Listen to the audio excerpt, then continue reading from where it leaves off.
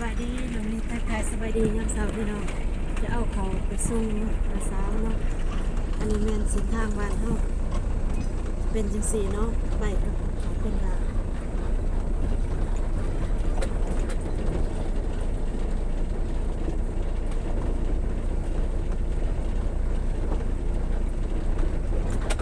อ่าการทำมากินเนาะแต่สาวทั้งเสียคนนี้นะรถเร็วจริง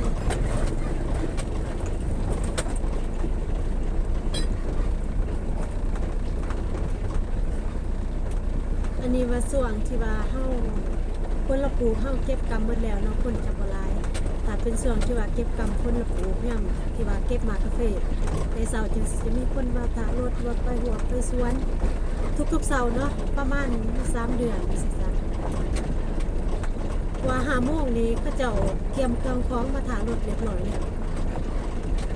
แต่ช่วงนี้นี่แม่นจะเฮ็ดสวนมันมันเป็นน้องๆวัดมัน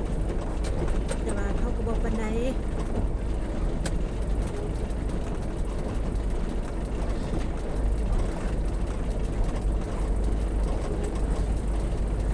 มากับขาวเป็นดาบพี่น้อง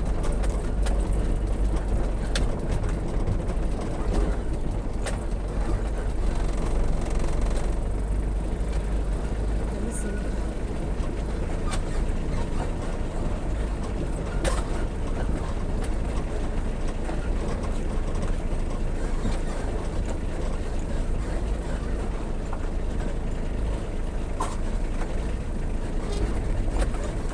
คอยไปมาทางบ่ดีนะพี่น้อง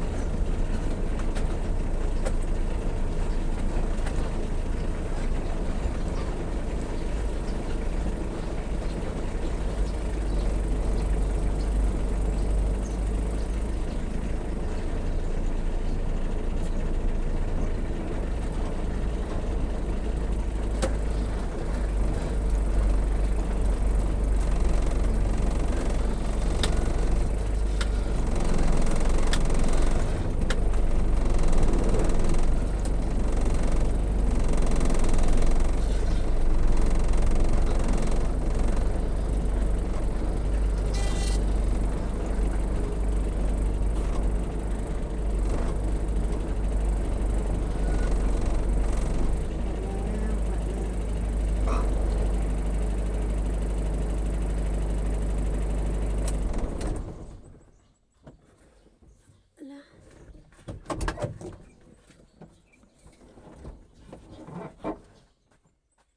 เอาบ่ยังมาปอดตนเออดองเสอะดับไปยุด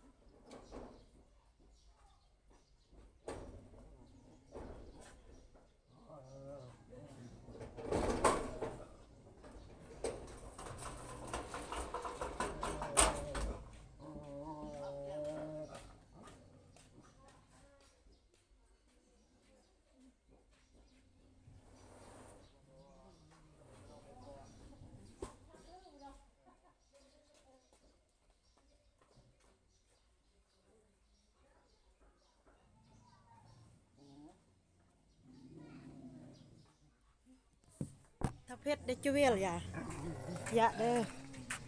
เดี๋ยวไปยุ่นมาเนิงก่อนเลยวันจะ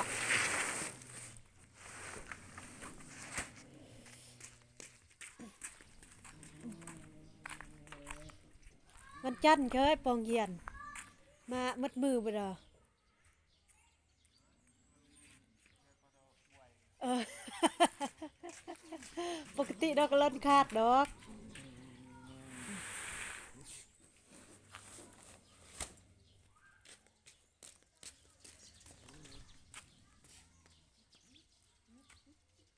มื้อน้อยจะดองอวยประดองแต่36ฮะเจ้าขนมยันเจ้าดอโอ้ได้เนี่ยบาทอ่ะ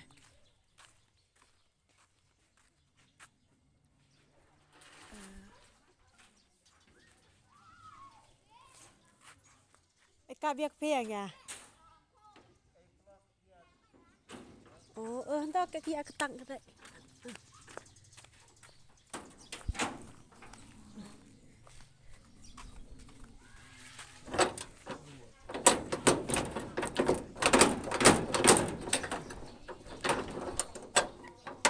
ไปเด้อเพนดาเด้อ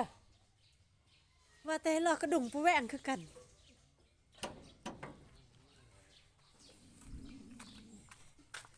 ยาเยอะ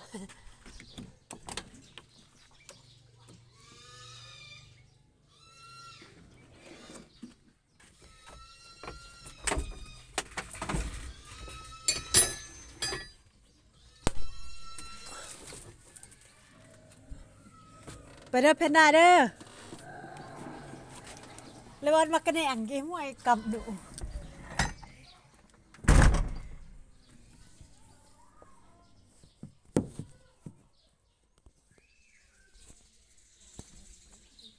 ส่งข่าวเรียบร้อยแล้วพี่น้อง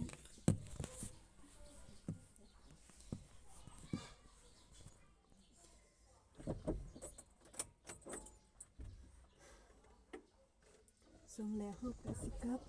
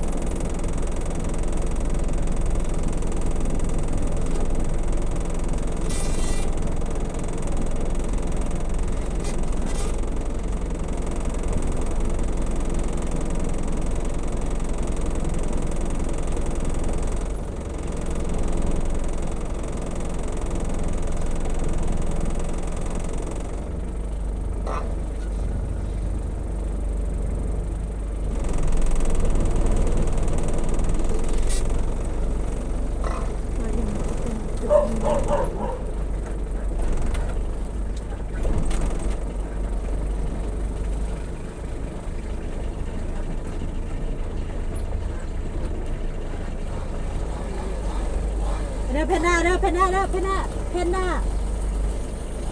มักเลยโจโจเดี๋ยวนะโจเดี๋ยวนะเพนด้า